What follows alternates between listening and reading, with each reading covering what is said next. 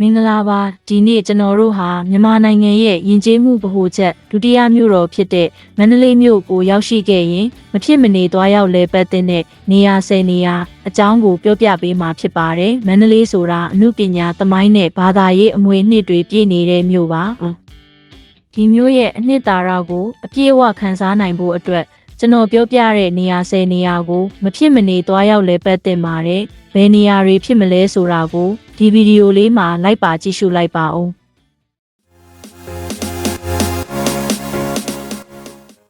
ပထမဆုံးနေရာကတော့ညာနန်းဆန်တော်ရွှေနန်းတော်ဆိုပြီးဘုရင်အမိန့်တော်မှာထုတ်ပြန်ထားတဲ့မန္တလေးနန်းတော်ဖြစ်ပါတယ်ဘုရင်မင်းတို့မင်းတည်ထောင်ခဲ့ပြီးမြို့တော်ရဲ့ဗဟိုချက်လည်းဖြစ်ပါတယ်ရှေးဘုရင်တို့စံမြန်းရာနန်းဆောင်များနဲ့တခြားသမိုင်းဝင်နေရာများကတင့်ကိုအတိတ်ခေတ်စီပြန်ရောက်သွားသလိုခံစားရမှာပါဒုတိယအနေနဲ့လေပတ်တင်တာတော့မန္တလေးတောင်ပဲဖြစ်ပါတယ်မန္တလေးမြို့တစ်မြို့လုံးကိုအပေါ်စီးကနေ360ဒီဂရီပတ်ပတ်လဲအလှဆုံးရှုမြင်နိုင်တဲ့နေရာဖြစ်ပါတယ်တောင်တက်လမ်းမှကားဆိုင်ကယ်တို့ဖြင့်တော်၎င်းချင်းသေးကြီးနှစ်ကောင်ရုပ်တုရှိရာတောင်ဘက်ဆောင်းနှမ်းမှခြေလျင်တက်ပြီးတော်၎င်းတက်ရောက်နိုင်ပါတယ်ဆောင်းနှမ်းမှခြေလျင်တက်ပါကတဘာဝအလှကိုတဖြည်းဖြည်းချင်းခံစားကြည့်ရှုပြီးဆောင်းနှမ်းတစ်လျှောက်တည်ထားသောဖျားပထိုးများကိုပါဖူးမြော်နိုင်မှာပဲဖြစ်ပါတယ်နေဝင်ချိန် sunset မှာအေယာဝတီမြစ်နန်းတော်နဲ့မြို့တစ်မြို့လုံးကိုမြင်ရတဲ့မြင်ကွင်းကတကယ်ကိုရင်သက်ရှုမောစရာပါ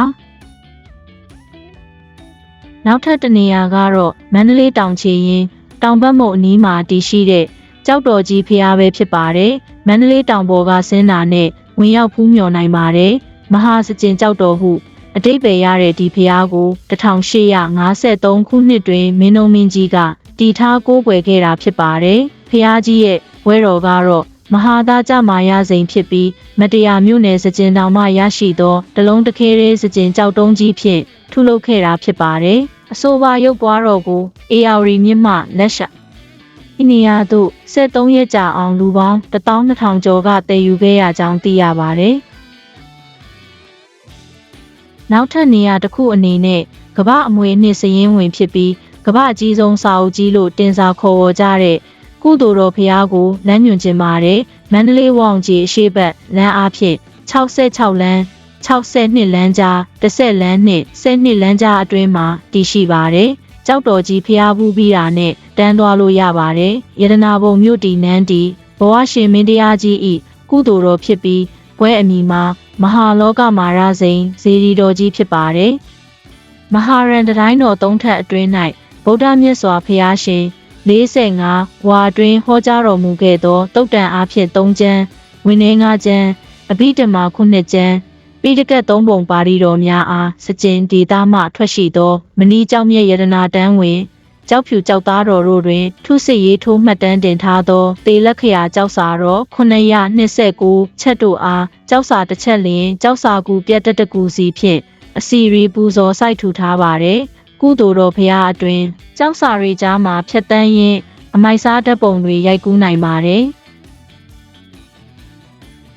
ကုသိုလ်တော်ဘုရားကိုဝင်ရောက်ဖူးမြော်ပြီးပါကစန္ဒာမုနိဘုရားကိုပါတခါတည်းတွားရောက်နိုင်ပါတယ်ကုသိုလ်တော်ဘုရားအနောက်ဘက်တွင်တည်ရှိပြီးမန္တလေးမြို့ရဲ့အထင်ကရဘုရားတဆူလည်းဖြစ်ပါတယ်မြန်မာတက္ကရာ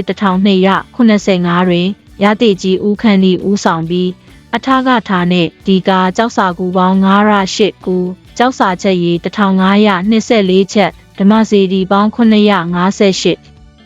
ကျောက်ချက်ပေါင်း1984ချက်ဖြင့်ပူဇော်ထားခဲ့သည်နောက်ထပ်လဲတဲ့နေရာကတော့ရွှေကျောင်းတော်ကြီးပဲဖြစ်ပါတယ်ညနန်းဆန်ကျော်ရွှေနန်းတော်ရှိမင်းတို့မင်းဆန်မြန်းရာနန်းဆောင်တစ်ဆောင်ကိုတားတော်တီဘောမင်းကမင်းတို့မင်းနဲ့ရွာဆန်တဲ့အခါထိုနန်းဆောင်ကိုဖြုတ်သိမ်းခဲ့ပြီးဘုန်းကြီးကျောင်းအဖြစ်ပြောင်းလဲဆောက်လုပ်လူတန်းခဲ့ပါတယ်19ရာစုကုန်းမောင်ခေတ်ကမြန်မာမှုပြည်သူကလက်ရာများကိုအစွမ်းကုန်အသုံးပြုထားပြီးငွေရင်းသား3,200,000ကျပ်ကုန်ကျခဲ့တယ်လို့သိရပါတယ်နန်းတော်မှပြောင်းလဲလာခဲ့တဲ့ကျောင်းဖြစ်၍ရွှေနန်းတော်ကျောင်းဟုအမည်ပေးခဲ့တော်လဲကျောင်းတော်အတွင်းတစ်ခုလုံးကိုရွှေပိန်းချထားတဲ့အတွက်ရွှေကျောင်းဟုလူသိများလာပါတယ်။နင်းဟာမြမတစ်သားပန်းပူးနဲ့ဘီတုကလက်ရာတွေရဲ့မပျက်စီးသေးတဲ့သက်သေပါပဲ။နောက်ထပ်ကတော့ရွှေကျောင်းနဲ့အနောက်ဘက်ကလျက်မှာတည်ရှိပြီးအတုမရှိကျောင်းတော်ကြီးလို့လူသိများကြတဲ့ မဟာတုလဝေယံကျောင်းတော်ကြီးပဲဖြစ်ပါတယ်မင်းတို့မင်းတရားကြီးရဲ့နောက်ဆုံးကုသိုလ်တော်ဖြစ်ပြီးမူလဘုန်းတော်ကြီးကျောင်းကိုကျွန်းသစ်များဖြင့်ဆောက်လုပ်ထားကအပြင်ပိုင်းကိုအုတ်အင်္ဂလိပ်များဖြင့်တစားဆင်ထားပြီးတမူထူးခြားသောလက်ရာဖြစ်ပါတယ်မြမမူပြသက်ကိုအစင်းစင်အချွန်းပုံစံတက်သွားတာမျိုးမဟုတ်ပဲစတူရန်ပုံ၄တောင်ဆက်ဆက်အစင်းစင်၅စင်းတက်ကဆောက်လုပ်ခဲ့ပါတယ်1890ခုနှစ်တွင်မန္တလေးမြို့မီးလောင်ကျွမ်းစဉ်ကကျောင်းဆောင်တစ်ခုလုံးမိခခဲ့ရပြီးပေ30ညံတော်အမြင့်ရှိသောမတ်တက်ရုပ်ပွားတော်ကြီးပျက်စီးခဲ့ရပါတယ်။မီးလောင်ကျွမ်းခဲ့စဉ်ကဗုဒ္ဓရုပ်ပွားတော်တွင်လူရန်ထားသော19.2ကာရက်32ရာတီရှိတဲ့စိန်တုံးကြီးလည်းပျောက်ဆုံးခဲ့ပါတယ်။1996ခုနှစ်မှာတော့မြန်မာနိုင်ငံရှေးဟောင်းသုတေသနဌာနမှမူလအတိုင်းပြန်လည်ဆောက်လုပ်ခဲ့ပါတယ်။နောက်ထပ်မသွားမဖြစ်သွားရမယ့်နေရာတစ်ခုကတော့မဟာမုနီဘုရားကြီးပဲဖြစ်ပါတယ်။မဟာမုနီဘုရားကိုဖူးပြီးမှမန္တလေးကိုရောက်တယ်လို့တောင်ပြောလို့ရပြီးချမ်းမြသာစီမြို့နယ်ကျွန်းလုံးဦးဆောင်ရက်ကွက်တွင်တည်ရှိပါတယ်။အမရပူရဘရင်ဘိုးတော်ဘုရားဗဒုံမင်းက1984ခုနှစ်တန်ဆိုင်မုံလာတွင်ရခိုင်ပြည်ကိုစစ်ချီသိမ်းပိုက်ခဲ့ပြီးမဟာမုနီဘုရားကိုအမရပူရသို့ပင့်ဆောင်လာခဲ့ခြင်းဖြစ်ပါတယ်။ကြီးမားကျယ်ပြန့်ပြီးလူထူထပ်မယ်အတူတချောင်းကဆလို့ဝယ်စရာပစ္စည်းတွေစုံလင်မယ်ဒေသထွက်စားတောက်မျိုးစုံဝယ်စားနိုင်မယ်ဒေသခံတွေရဲ့လှုပ်ရှားရုန်းကန်မှုတွေကိုလက်တွေ့ကြခံစားနိုင်မယ်အပြုံးချိုချိုနဲ့ဈေးချိုသူတွေရဲ့ဖော်ရွေမှုကိုလည်းအတိုင်းသားမြင်နိုင်မယ်ဒါတွေအားလုံးကတော့မန္တလေးဈေးချိုမှာသာတွေ့နိုင်တဲ့မြင်ကွင်းပုံရိပ်တွေပါမန္တလေးဈေးချိုဟာမနက်6နာရီလောက်ဆိုစတင်အသက်ဝင်ပြီးညနေ9နာရီလောက်အထိလှုပ်ရှားနေသေးပါ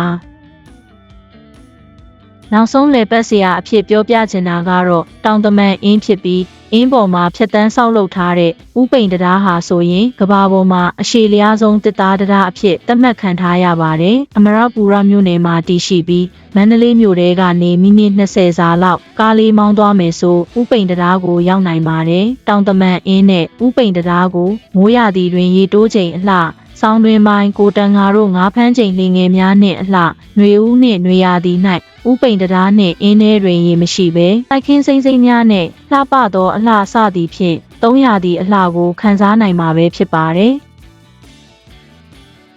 ကဲဒါတွေကတော့မန္တလေးမြို့ကိုရောက်ခဲ့ရင်မဖြစ်မနေလဲပတ်တဲ့အကောင်းဆုံးနေရာ10နေရာပဲဖြစ်ပါတယ်။ခီးစဉ်ကိုအသေးစိတ်စီစဉ်ပြီးမန္တလေးရဲ့အမွေနှစ်ကိုကိုယ်တိုင်ခံစားကြည့်ဖို့အကြံပြုပေးရစေ။ဘယ်နေရာကိုအရင်ဆုံးသွားကျင်နေဆိုတာကိုမှတ်မှာပြောပြခဲ့ပါဦး။